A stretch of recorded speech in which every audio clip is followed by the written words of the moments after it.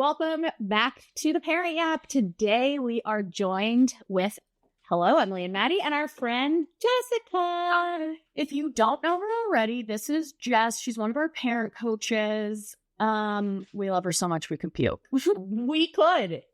She's also Emily's best friend. We're very just like all in love at Joy. It's just a big friendship, happy family thing. Yeah. Welcome back to the Parent Yap. You might be noticing that Maddie and I are wearing the same shirt. And there's a reason for that. Yeah. Because for our fit check today, we wanted to give our girl Jess a shout out. Here's what happened. One day I was at her house and she said, I bought you a present. I was like, that's really nice. And so she showed me it was this shirt minus these stains. And it was not stained yet. And I was like, oh my gosh, Joy, I've been wanting a Joy sweatshirt. This one's from Target. Yeah, it was for like the holidays. It was for the holidays. And I put it on and immediately sent Maddie and all of our other parent coaches and friends a photo. And then Maddie ran out to buy it. I literally did. I never have purchased something so fast in my life. I was like, I have extreme FOMO. And if we're being fully transparent here, I ended up driving to like a faraway Target to get it. Yeah, it was worth to have it. Yeah. Anyway, so thanks, Jess. Don't sell sweatshirts. But maybe we'll sell other Joy sweatshirts. That would be fun. We do have. Oh, next time I'll wear my green Joy sweatshirt. Oh, okay, yeah. And Jess, your outfit today? I am wearing an airy sweater. It's called the Unreal sweater because it's actually unreal. It is unreal. Super soft. Very soft. It's really cozy, and they can make it in crew neck, V-neck, and you should go buy them, but only on sale. Always on sale. You're also wearing beautiful nails. Or you have beautiful nails. Thank you. This is something I struggled with my whole life, except when I was pregnant. And I'm now in my new nail era where I get my nails done. I love it. It makes me feel beautiful. You are beautiful. I'm so thankful. Should we do a little quick ASMR with our nails? Oh, yeah. Love it. How does that sound? Okay. Speaking of ASMR, and this kind of is a good leeway into our topic segue. I mean, this is a good segue into our topic for today. Yeah. Which you guys will talk about. But triggers, and for you, ASMR, a lot of times people use it with food. They're chewing. It's the chewing. You know what it's called? Going like this. Misophonia. And that's definitely a big trigger for you. You've yelled at me a few times when I'm eating next to you. I don't like when people open their mouth. It's the sound and I can't. Except when it's my children eating something crunchy, I love it. Like when James eats chips or like cucumber, I'm like, can you do it in my ear? What is that called? Yeah, you're like a pickle. I love it when it's my kids crunching, but when it's someone else. Actually so interesting. This is going to end up being like a callback or a call forward because one of your triggers is eating. And so I bet it's satisfying because it means your kids are eating. Oh, that's so interesting. I'm also a perinatal mental health counselor. So I just do a little therapy real quick. Maybe that's something I got to think about. All right. Today, we are talking about parenting triggers. And what we mean by parenting triggers, I'd love to hear your thoughts too, are things that just send you through the roof, either that your children do, situations, moments that kind of are different for everybody. For sure. That make you just your blood pressure rise and make you sort of dysregulated? Yeah, exactly. Yeah. Dysregulated. Yes. And it could be, I have many, but Maddie and Jess have different triggers. And today we're going to list them out. We're going to talk about why you are triggered by this, what that comes from, where it comes from in your history of yourself, and how to handle it. And we'll just sort of be there for each other. Yes. Triggers, we all have triggers in our lives. Some things that might work for you with a partner might not work for you in a friendship, might not work for you at work. I love yapping with my gals here, but if I'm in a work setting and somebody's trying to yap with me, I cannot function. Small talk. Small talk. So, but all small talk with all small talk. We're just hanging.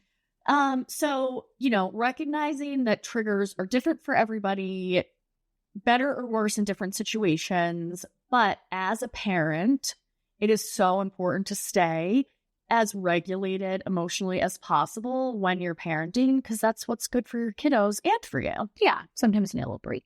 Sometimes you need a little breaky poo. All right. So let's do some examples. Yeah, let's do some examples. So do either of you want to go first with the trigger?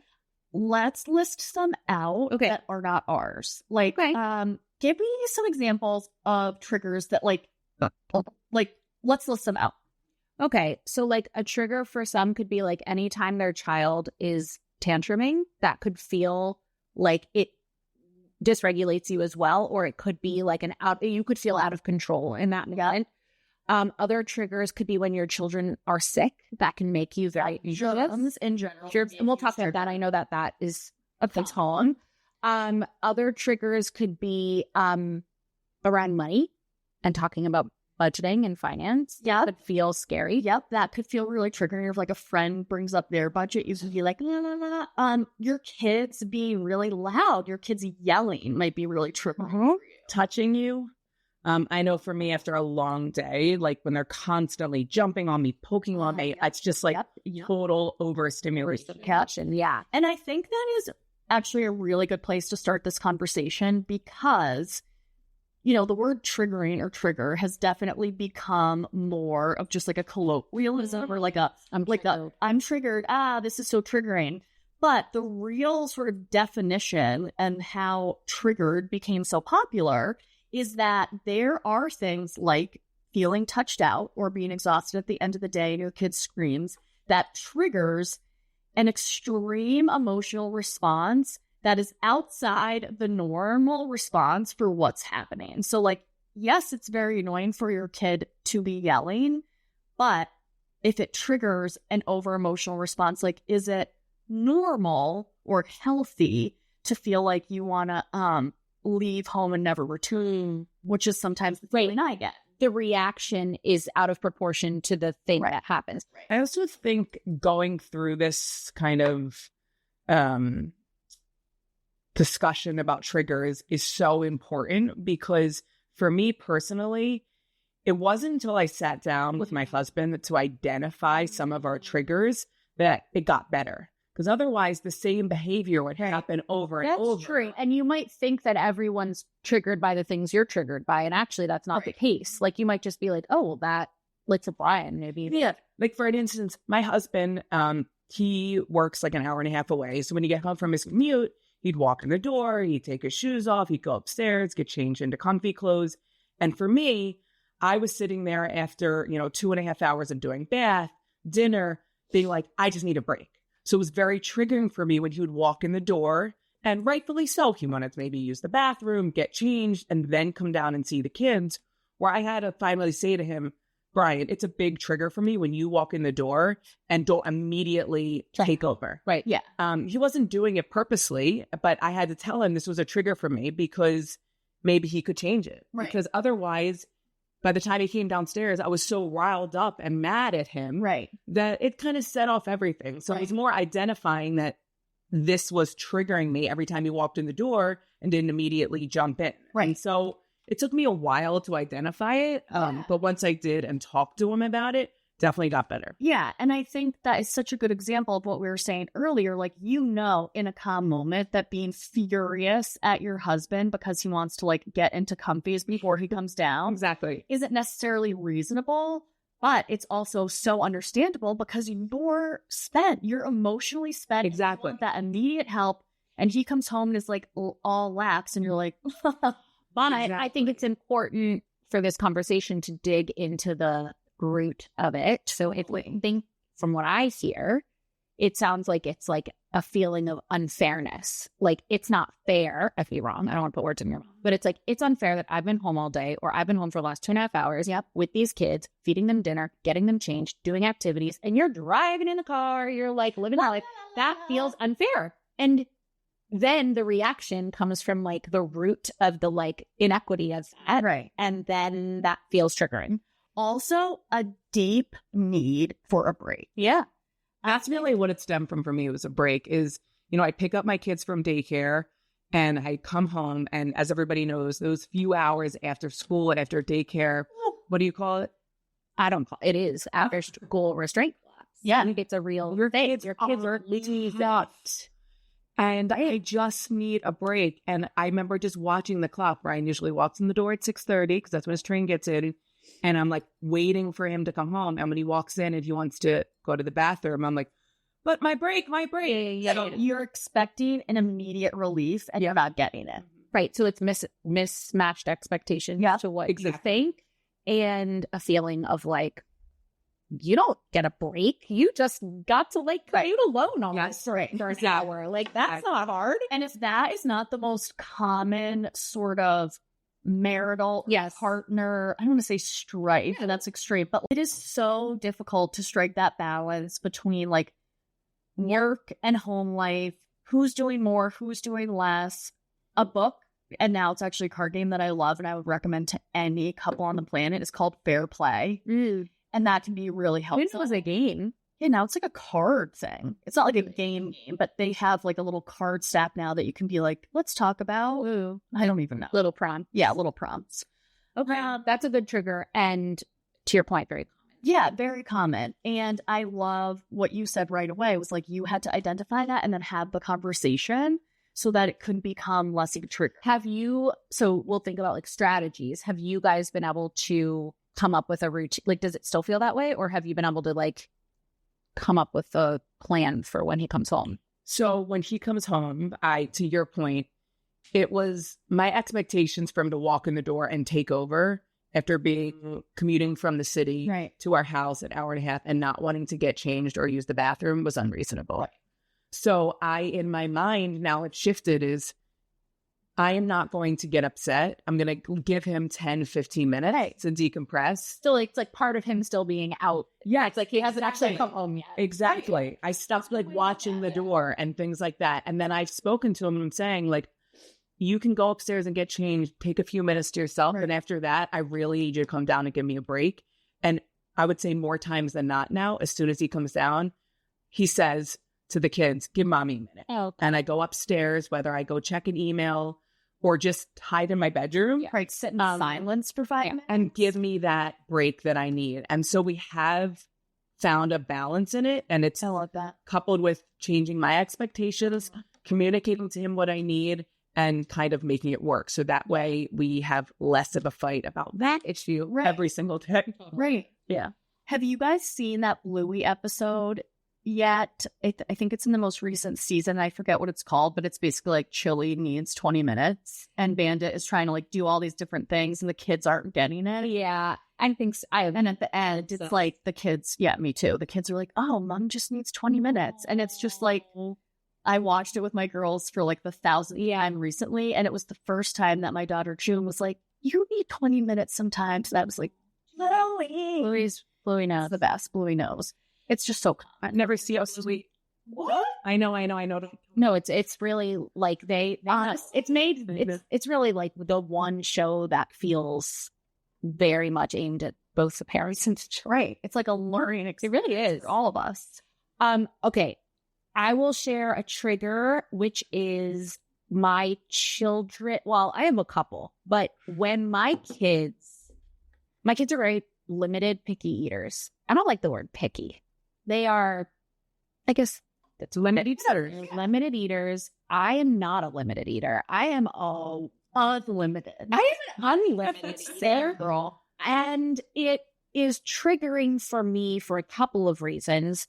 When my children either refuse to eat very selectively, or eat what I don't feel is adequately nutritious. Not that I'm the one to eat all the food pyramid. No, that's not what I mean. I think for me, it comes from like an upbringing of body image feels important. Eating healthy as a child or as a young adult will indicate like later in life in both. Yeah. And I'm not saying that this is necessary. I don't know the science behind this, but it comes from like an ingraining of a belief that if you don't take care of yourself properly, you are setting yourself up to be ill, unfit, out of shape, or whatever. And so I feel like I've responded to that in my own eating habits in different ways. And I now feel like, okay, well, now you're in charge. Now it's your time. You have to create this, these perfect things for your children. And if you don't, and mealtime has to be like a family event and we all have to eat the same thing. And, you know, you should put the familiar food on the plate. There are so many things I know I should or could do that don't always come out in reality. And I think, and I get very triggered and very dysregulated. It feels, I feel inadequate. I feel like, well, I made them this way. What did I do wrong? What did I not do? What did I not supply them with or teach them? Or am I too lax when it comes to like giving them something with sugar? Did I expose them to something that like then changed their taste buds or palate or whatever? I feel very, you know, out of control, and I don't like it. And I know that they're fine and they're healthy and there's nothing showing that there's anything wrong with them. But I think in my family, this idea of like health and wellness was like such a thing. And I think because I almost like rebelled against that in my own way, like I wasn't like an athlete, like it just wasn't my thing. Right. I'm very into like food and culture and eating and I just sort of like have taken that on to like be part of my personality that like, I don't know, like I wish for my children that we could sit down and enjoy together. Like, but it's so interesting what you're saying, because I actually took a course once about like parenting and with your kids is kind of being a better parent. And a lot of times it's your issue. It is, guys, 100%. And it's like you in your mind have this image of what dinner time's supposed to look like, what your kids are supposed to look like, what they're supposed to eat. Your kids are fine. It's that not you. This is why this is a trigger. Right. Yeah. But even just recognizing that like your kids are okay, they will be okay, but it's you that's not okay. 100%. And it's so interesting. Like, is there things that you think you're trying to do? You know what else I heard that I hadn't really thought of along the lines of a trigger is that you also feel like you're missing out on something. That's so interesting. And I think like FOMO in general can be a huge parenting trigger. Yeah. And I wish it was different. You wish it was different. So we almost have like a sense of loss. No, I do. You're right. That's a good point. I do feel that sense of loss. I see other people, and again, it's the FOMO of like comparison of like, these kids are going out to eat and ordering, you know, sushi or whatever. Like, it's not a problem for them, and it's a problem for us. My kids are healthy, beautiful, hilarious, smart, wonderful beings. And I know that I'm a good mom, but it's still a thing. And like I'm saying about the triggers, I think it's a deep historical issue with each trigger has a root that I think is real and different and like so ingrained to people that I think that it has to be undone from the bottom or the core in order to like solve it. Right, totally. And that is why your body has you have such that physical, visceral reaction. Yeah. Because it's so ingrained in it is. that you are having a negative reaction to it before you're even realizing what's going on. Totally. So your body is like flooded with adrenaline. Totally. And they can see that in me. I'm sure. Like the other night, like I tried something new where I put stuff on like a commute, like it looks like a buffet. Like instead of like pre-plating their dinners and handing it to them, I made like noodles, I made hot dogs, I had like carrots, broccoli, I even had like pirate's booty out. Right. And I was like, take what you want. And they were like, a buffet. And at first it was great. And then like James took the entire thing of pirate's booty and dumped it on his plate. And I was like, but don't you want the broccoli? Like, don't you also want to try this thing? Right. And like don't take all the pirate's booty or so. It was just like, I tried so hard and it starts out so great. Right. And then it's like, You did it. Exactly. And then I didn't. Sure, they could disappoint. I'm disappointed. I'm anxious. I'm mad at myself. I'm mad at them. Like it's like and then part of me is like, don't you want to eat something else? Like, don't you get sick of these dumb chicken nuggets? Like, who said that this morning to the kids? Yeah, or about the kids, and I didn't want to get into it in front of them because, like, I don't know what the talk about food is different in everybody's house.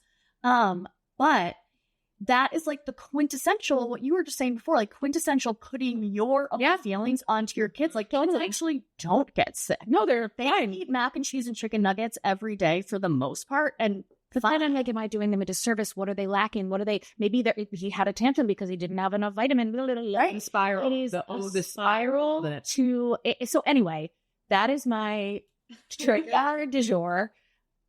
Actually, last year it was sleep, and it solved that. Yeah. For now, and while we've moved on to food.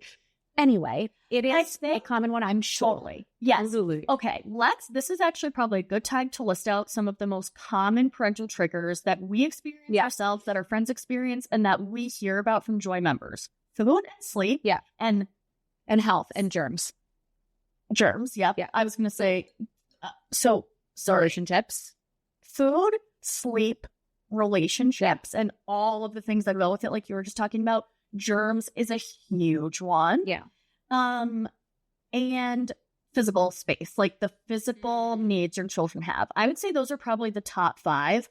There are many, many others that we have, that other people have. But if you have those, if those are triggers for you, you are for sure not alone. And crying, I think. Yes, crying, loud, yelling, crying, child loudness. For me, crying in public spaces. I feel like everybody's looking at me. That is a big this again. I was going to say this earlier, but that is another perfect segue. I think that so many of our triggers, like Em said, are in our gut. They are rooted in so many deep-seated things. One of the biggest ones being societal pressure. Surprise, surprise to no one. What are other people thinking when I do this, or my kids are doing right? this? What are they judging me? That my kids are picky eaters? Like there's so much. There historically has been so much negative talk about picky eating. Yeah, even at school, when I send school lunches, I'm like, did the teacher's name right there? Yeah. Do you want to know something? I know someone very close to me who tells the kids whose children are told at school, like, tell your parents to pack something healthier. Tell your parents to pack more. Tell your parents to pack less. That could be a whole episode in and of itself. I don't think anybody besides your parents should be dictating what you do or do not eat. Actually, even that, I don't think your parents should dictate. Like, we need to trust our children to feed themselves the way they want to. It is like perfectly developmentally normal. Picky eating is developmentally normal. Yeah, I know. So, and I know this better than I do, and I know, but it is so, it's like a practical reach situation. It's really hard. Okay, let's talk about the thing that you were saying that feels scary about others' perceptions of your parenting. Yes. So I have a daughter now who's 5.5. And when she was about 3-4 years old, it was a very, very hard time for me. My daughter has been a little bit dysregulated. She has very, very, very big feelings, which means I take the good and the bad. She loves really hard, but she also has really big emotions.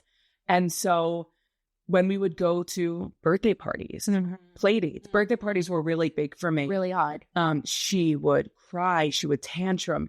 And my daughter's cries and tantrums are not just the kid crying in the corner. She's laying down on the floor. She's screaming. She's angry. She's completely and utterly dysregulated. And for me, emotionally and physically. 100%. And it was so triggering. And it really still is. I almost have a little bit of PTSD because she's gotten a lot better now that she's almost 6. But birthday parties, because I felt like it was this like space where everybody was so happy and celebrating the kid's birthday. And here's my daughter in the corner crying because she is so overstimulated with what's going on.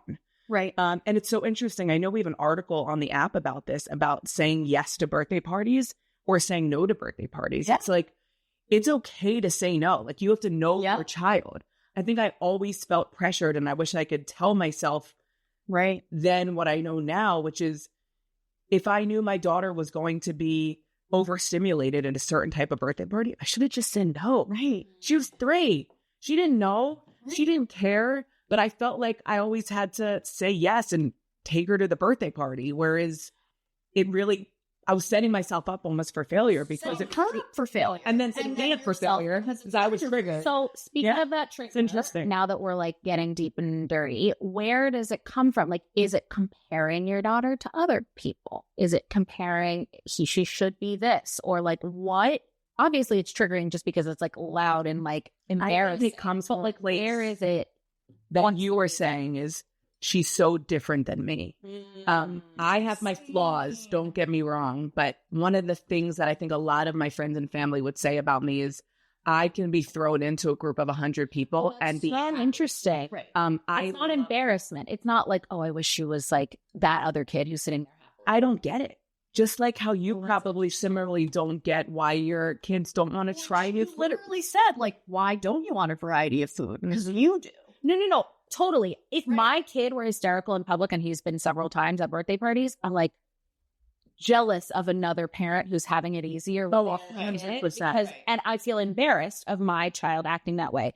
And it's so interesting that you're saying this, because I didn't know that that's why her behavior was such a trigger, because it's so different from your own behavior. I just couldn't understand why she was so upset. I'm like, why are you crying? Why are you so upset? There's a birthday party with This is fun. balloon animals. This is fun. There's a ball pit. Be forcing you to get the ball pit. Yeah, what am I doing wrong? And I couldn't understand it, because for me, like, I would love this as a kid. Right. All the kids around here are loving it. I couldn't figure out I see. why she was so different from me and the rest of the kids. And, you know, we talk about this before, Emily, you know, and I've talked about a lot of my friends. Sometimes it's really hard to parent kids that are so different than you. Yeah. And this is a situation where my daughter, when she walks into a room, and even now, and I think she's going to be like this her whole life, she needs a minute.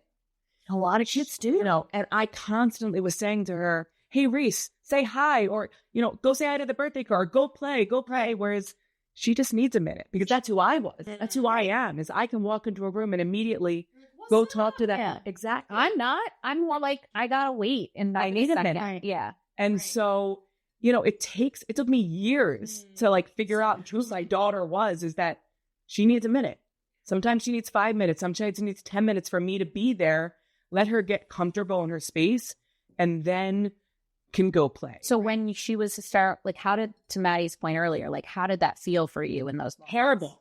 Terrible. I mean, my heart would race. Yeah. I would get so nervous. I felt like all these people were looking at me. People would say to me, oh, you know, Reese, come play with me, or, oh, it's okay, or look, there's all this fun stuff. And all she was doing was screaming and crying. So hard. And then I would like pull her out of the room, and I would be like mad at her, like trying to be calm with her. It's like, you try everything.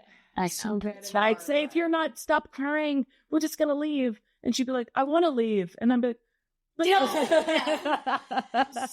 God, it is so hard.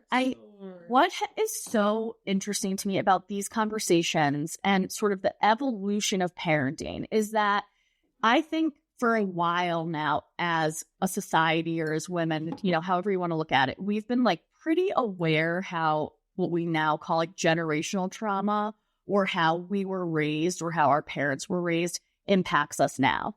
What I don't think we have been aware of until recently, or are still not aware of enough, are things like that, where like it's almost like this is, I'm not saying you're doing this, but it's like almost like setting up the next generation of trauma. Because I know, like, when I was little, like, don't cry wasn't a thing. Like, my parents are both very, like, or were very, like, hippy dippy. All feelings are okay. I mean, to the extent that it could be like that in the 80s and 90s. But a lot of people were, like, ingrained, like, crying is not okay. My ex-husband, no crying. And that was a hard thing for him to adjust to as a parent. Like, no, like, you want your kid's not crying. Like, that's a bad sign. Yeah. And her being able to say that she's upset is actually really healthy. Right? You've actually taught me that a lot, was, you know, it's okay to cry. Like, I'm a fixer. And that, like, when she's crying, I'm like, what can I do to fix it? I want to put out the fire, Let it ride, baby. Sometimes the fire has to burn itself. Like, you can't always be the one, you know.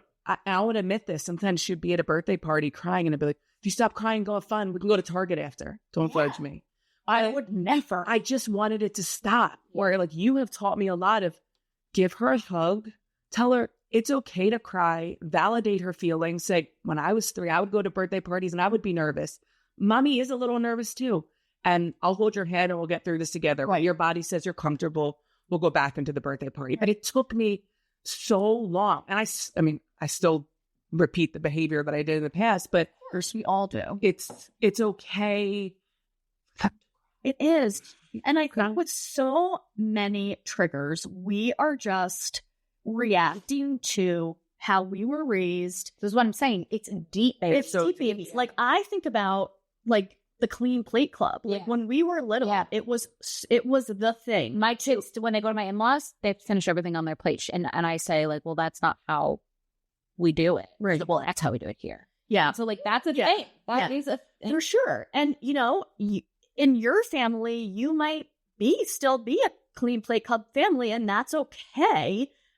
We would like recommend it because you want your kids to develop a healthy relationship with food. But we are all, you know, some of our experiences, and these triggers are called such because we don't have good control, or we don't have control, period, over how our bodies and our minds react initially to these things. We really don't have control. And that's, I think, why it is so important to step back and be like, ooh, yeah, like, why am I so upset that he's upset? Or it's not actually this is what I was saying before. Like, not everyone has the same. That's why it's like, it's just like your own personality, your own likes, your own dislikes. It's like your own trigger. Someone else's is totally different. But like, if I assume that we've all got the same issues, right?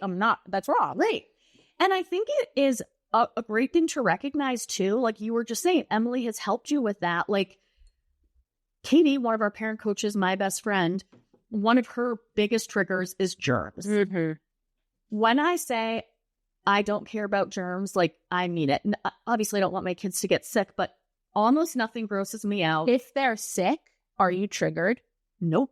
If they're sick, she would. If her kids are sick, she is triggered. If her kids are sick, she is triggered. And that comes from a lot of things. I don't want to like speak for Katie too much, but it's hard. She works and she doesn't have a lot of help. So if the kids are home, takes you out of your. So it's so interesting that you say this, because one of my biggest triggers, and I know is a trigger for a lot of people, is I'm triggered when my kids are sick, not because they're sick, but because my schedule and my job and my life is now upside down.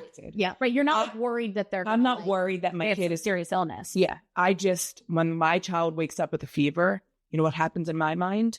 Well, I can't help the meeting and I have to. And then if their fever doesn't go down by tonight, they have a 24-hour at school. So then she's off tomorrow. And then if still doesn't go down, they're off the next day. And then I have to make them a doctor's appointment. And what if it's bacterial and not viral, and I should be on antibiotics and it's not that I'm worried that they're never going to get better again. It's all the days and my routine that's going to. And some people's is the opposite, where it's actually like, I don't know if that's for Katie or for whoever, like they're sick. What if it's actually something worse? What if this is like actually like a medical problem? What if they're not going to get better? And that health anxiety kicks in. And that can really ramp up. So that's a different trigger. I think for Katie personally, it's a mix of things.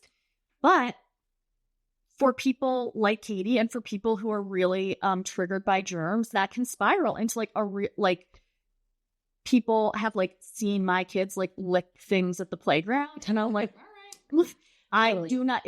I'm like that. Go nuts, lick whatever you want. Like if you are puking later, that is gonna suck for you, and maybe you won't lick the playground tomorrow. But to your point, Maddie, is everybody has different triggers, and it can feel so isolating though, because it's like you and your best friend are polar opposite, and a trigger for her is whatever the opposite of a trigger is for you. Right, exactly. It means nothing. So it can feel isolating, but I always will constantly remind myself is, okay, this is my thing, but everybody has their thing. But it's also helpful when you find someone who does have a similar trigger, like one of our other friends whose child also sort of has those like dysregulated moments. And you can kind of like be in that together because you feel like someone gets it. Oh, it's bonding. It gets 100%. Yes. Yeah. And I think like also the converse is like, you know, you balance each other. Right.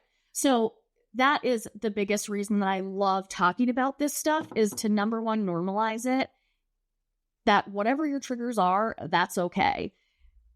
Like talk about it, and maybe you will find that somebody has very similar ones and you can support each other in that. And then maybe you'll find somebody like me who lets their kids lick the playground, and it's like, okay, maybe I don't have to be as worried. Like, I'll never let my kid lick the playground structure, but my kid touching it, I don't need to sanitize his hands the whole time we're here. So, all of it has a balance. And getting to the root of it, this is my thesis today. Yes. Like, getting to the root of it can only help you unpack sort of like, again, more about who you are, more about how you parent. Totally.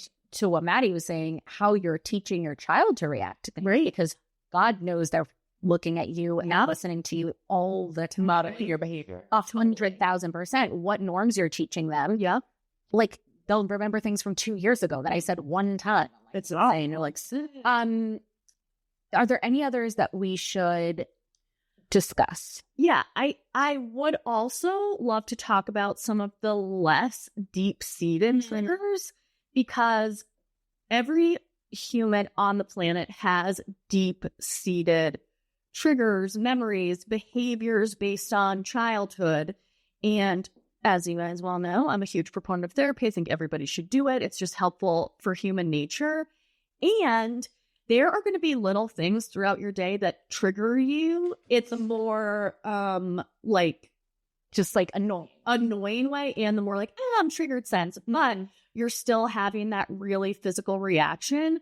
And for example, for me, when my kids pull on my clothes, like, I'm even having the reaction right now. I can think like I need to like take a deep breath. What do you do? Moment, because it makes me feel like it. Like, if I'm being really honest, it makes me want to like shove my kids. Yeah. Like, I have such a negative physical reaction to it. I need to be out of that situation so immediately that it makes me think like I cannot function. It's like a fight or flight situation. A fight, flight situation. My kids are 6 and 3. They don't know what fight or flight is. They don't understand. Like, they're just being like, Mom. And I'm like about to Their feet. No, that was really. Yeah. And my oldest daughter has ADHD. She has really, really high sensory input needs. And so, especially proprioceptive, she wants to be touching, feeling pressure, moving at all times. Does she hug you and kiss you obsessively? Because that's a thing, James. Yeah. Is that a sensory thing? It could be. I guess. Could be. Yeah. No. But it's like I think it's also like I see that with June when she is feeling nervously disconnected, and like not even for anything. Like, it could be a thought in her head that I don't even know about. Right. Like, if I have 20 minutes ago had a poor dysregulated reaction to something she's like compensating. She's compensating. Right. Yeah. And you see that a lot in kids, and that's totally normal. What I have tried really hard to do is to talk to my kids about those little triggers, like pulling on mommy's clothes, in those calm moments, to say, we talk about this with child behavior a lot, and like your relationship with your child is like, you are not going to be cool, calm, collected 100% of the time. It's just not possible. It is not strive. Yeah, you should not strive for that. But in the moments that you do lose your patience, tell your kid to stop crying. Be like, why won't you eat this? Or pull on my sweatshirt again, and I'm going to kick you out of the house. Like, whatever crazy thing comes out of your mouth in those really dysregulated moments, if they do, the important part is repair. And so I try in those moments to go back to the kids and say, guys, I'm so sorry that I really lost my cool when you were yanking on my shirt. I get really overwhelmed when you guys are pulling on my clothes. That has helped for sure. Of course, they still do it. They're 6 and 3. What I have to work on is my reaction. But you're also by repairing, you're teaching them to do that. Too. Repair. Yeah, absolutely. And to teach them that, like, yeah, you're going to get dysregulated. You are going to find yourself daily as a child, a teen, a young adult, an elderly person triggered throughout the day, because that is life. Like, very rarely is any person going to go through the day and just be like, nothing's bothering. No. Like, it's weird. I need to tell a story. This is reminding me of the effects of repair. Is so something that I always talk about with my kids is it's okay to have a hard time. Everybody has a hard time. When a kid's crying in the corner, it's okay. Give them space. They're having a hard time. This was a proud mommy moment. A few months ago, I took my daughter to get I was going to get my hair done before a wedding to get my hair blown out. And my daughter came with me and I sat down and I think we had to leave at like 3:30. I made my appointment at 2:00. And for me, I'm a little bit like OCD about things being on time. And I realized I booked it too late. But anyway, we get to the hair salon and it's 2:00 and the lady's not ready yet. It's 2:10. Lady's not ready. I can feel myself. I'm not even saying anything. I can feel myself. And Reese can now feel me visually getting upset, being like, why is this taking so long? Do you know what Reese did? She tapped me on the shoulder and she goes, Mommy, you're having a hard time right now, aren't you? Oh, it's okay to have a hard time. And right then and there, I was like, I'm doing something right. Yeah.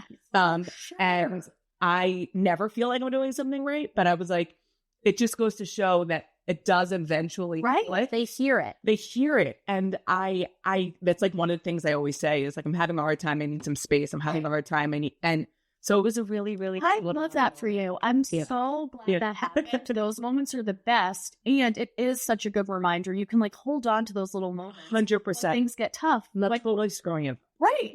None of us are. Yeah. It raising kids is so difficult because we are raising ourselves as mothers. You are not raised anymore to be a mom. Like that's so true.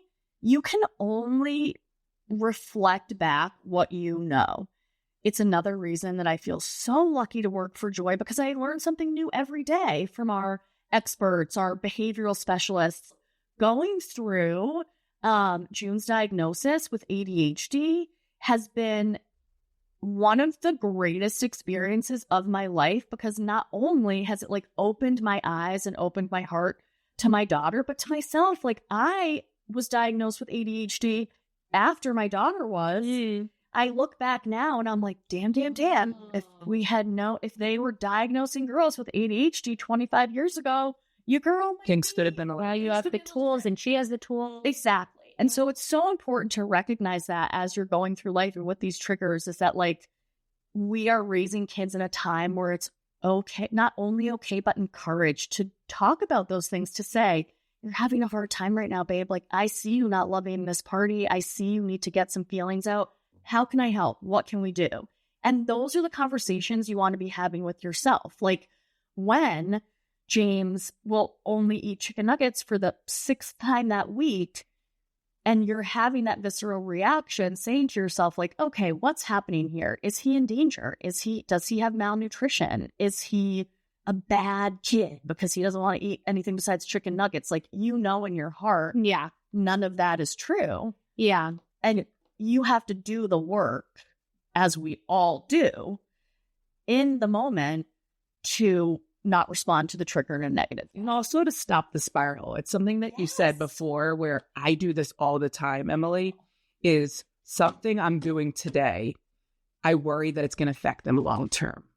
And sometimes, and like you have to ground yourself sometimes is everything, you know what I mean? It's not always going to, just because he's eating chicken nuggets today doesn't mean he's always going to eat chicken nuggets when he's 9 or 10 or even 7. And so to stop the spiral, I'm constantly stopping myself the spiral because it's so easy to get ahead of yourself to think that these little things that you're doing in the moment are going to affect them later in life. And so, yeah. Amen, sisters. Any others? I want to talk a little bit more about like actionable things you can do in the moment. Yeah. And it's interesting because like, you would think it would just be like, well, calm down and take a breath, which is true. Sure. Take a deep breath. Calm down. No, and also in the world of like, we all want to be gentle parents. We do want to be gentle, progressive, sort of like forward-thinking, validating, affirmative parents. But that doesn't mean we, like, to your point, go through life without a care in the world and without getting sort of, absolutely, heightened or whatever. Sure. All right. So things you can do. I think really unpacking it and understanding it is actually very helpful. And help me unpack why when my kids pull on my clothes, I want to have a nervous break. Yeah, because I'm right. Not ever, right. And sometimes you're right. Things aren't like from your childhood crazy. Right. Like it's not that deep. It's not that deep. Sometimes it is that deep. And I think when it is that deep, it helps to understand that it is that. Well, I was asking truly, like, what would, if somebody said, I mean, I'm saying it to you now, why do you think that makes me, like, I can't even, like, I feel it now. Yeah, I get it. It could be a couple things. I think it's taking your personal space away. It's almost like a feeling of being out of control. Like, I can't move my body the way that I want to move my body. I can't walk. I can't breathe. I can't whatever. So it's like taking away that like autonomy of like your body autonomy. Yeah, like your own space. Mm-hmm. It's also, it feels like it's like naggy in a way, right? Of like, do this, help me, I need you, like that. It's like somebody tweezing your eyebrows. That's what I always say. It's like that constant picking. It's like somebody going like this over and over. China's water torture. Yeah, it really is. It's like these little, like, death by 1,000 cuts. A word just popped into my head as you were trying to unpack this for me, and that word was unnecessary. Mm. And that is actually like a global trigger for me when my kids are doing something that like just isn't necessary. I am right here. I am responding to you saying, mom, mom, mom, mom, which can be triggering in and of that also. Say my name one more time. Yeah. So the addition of you pulling on my clothes is so unnecessary. And like, those are actually global triggers for me. When my kids are doing things that it's like, there's literally no reason that you need to be doing this right now. And it's not necessarily like behavioral, because like coloring on the wall is not necessary, but that's also like developmentally, they don't know. Sure. How about the wine? There is nothing that bothers me more. Yeah. But it sounds like you'd rather a wine than a pull. I would rather a wine than the pull. The wine does, for sure, escalate to the point. Mommy, I'm thirsty. What do you mean to say, Molly, is, Mommy, can I please have some water? Yeah. My parents live with me, and whining is a huge trigger for my dad. Like, even if it's first thing in the morning or we haven't seen the girls in like a 5-day stint, the moment one of my kids even, he's like, bottles a lot of his force. Does James whine? Oh, yeah. But like, does Aiden whine more? Or is it, because I always, and then I feel like it's just because I have 2 girls. No, he actually whines more, actually. They both. I don't know. Yeah, kids. But the unpacking of the pulling, I feel like was the unnecessary part. I think it feels unnecessary. It just feels like you don't. Yeah, it's like, get away. Get ugly. I get it. Do you also feel like you can tolerate the pulling more in the beginning of the day than the end of the day? Anything is more tolerable. End of your road. Because I've always read this thing once that said, children need you the most at the end of the day. Mm-hmm. And that's when you need the biggest break. Mm-hmm. Right. So it's so hard. Mm-hmm. Yeah, you have to tolerate. And it's so hard because it's a bedtime. Bedtime is when they want that connection. Right. And bedtime is when you've had you're done. Yeah. And so it's like they need you. You can't give that to them. So it's like you're right. Yeah. It's a recipe. The tension there. Yeah. It's really, really bad. I think, too, a lot of these triggers result in so much parental guilt. I know for me, when, I don't get to see my kids every day. And because of my parenting plan, every other week I go 5 days without seeing a lot. It's just really hard. And I'm lucky, there's same times I've seen them out of school and like, their dad and I have a good enough relationship that if I'm like down bad and need to see my kids, I can of course see them. But I have a lot of guilt when they're with me and want something from me and I can't give it to them emotionally. I'm like, you dick, like you barely see that. Of course, I don't barely see them. I give my kids endless love and affection.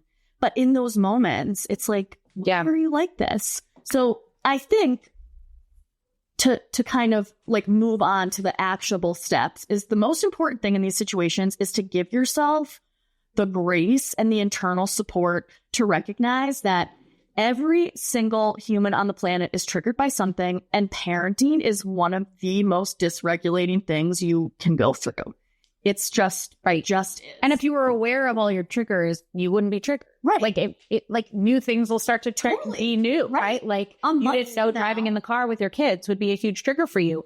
I get really triggered when I have a Saturday and I have my 2 kids and we don't have any plans and we're sitting on the couch and they're kicking me and they're pulling each other's hair. And I'm like, we have to be here for 8 hours. Like that is up. Like I can't, I can't. Same way. Some people get triggered. New things will begin and it's like, that's other things end. And other things end. Right. Things that used to bother me don't bother me anymore. Right.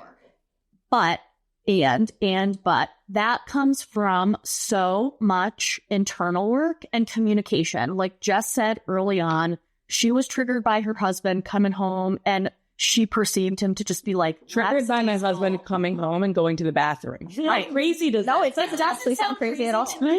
No, but you recognize that the first step in that solution was to have a discussion with your husband about what was going on, and that if it's not something you're triggered by with a partner or your kids or whatever it is, like have those conversations.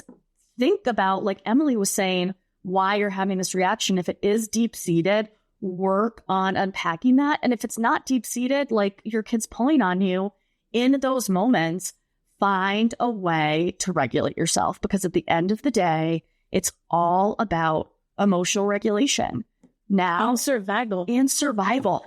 I've been going through this long enough now to know that, like, when my kids get home from school or I get back from work and that stretch of time is going to result in me getting my clothes pulled on and some other small triggers, I do that work ahead of time. And maybe you need to have an extra cup of coffee or like eat, make your bellies full so you're like sustained. Something that has worked for me recently, that if I heard myself saying this 3 months ago, I would have been like, I hate that girl, I'll never be friends with her again, is like getting good exercise.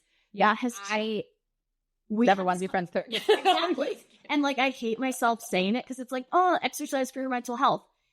It has never been something that's worked for me in the past. I don't know why it's working for me now, but the days that I know that I'm going to have the girls by myself into the night and we co-sleep, so it's not like I'm with them physically from 4 p.m. till the next day at 7:30 a.m. They're so physically attached to me. You don't like being pulled, but you want to be co-sleeping. Do I want to be co-sleeping? You're right. Do I have to be co-sleeping? No, but I do. I don't mind. Yeah. The cuddling just doesn't trigger me. But I do the work ahead of time. I give myself that grace. And in that moment, I take a deep breath. For me, and I know this is something you do too, I like sing my frustrations. Like when I'm like, stop pulling mommy's clothes is so strange, but you are immediately regulating yourself when you do that. I also am a huge proponent of saying, like we were talking about earlier, mommy needs 5 minutes. If you knock on my door, it's not okay.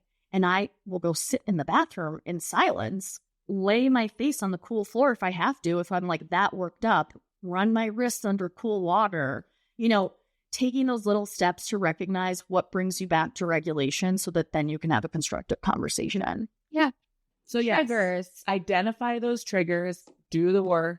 I'll give a quick example of one that's not rooted in any issue is driving in the car with my kids.